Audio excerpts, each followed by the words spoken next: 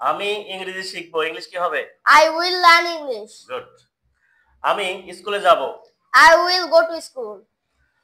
আমরা ফুটবল খেলবো। We will play football. Fine.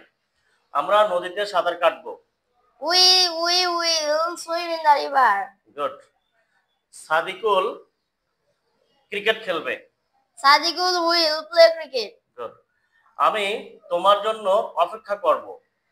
I will wait for you. Good. So এই পর্যায়ে তোমাকে বলতে হবে আমি ক্রিকেট খেলবো না। ইংলিশ কি হবে?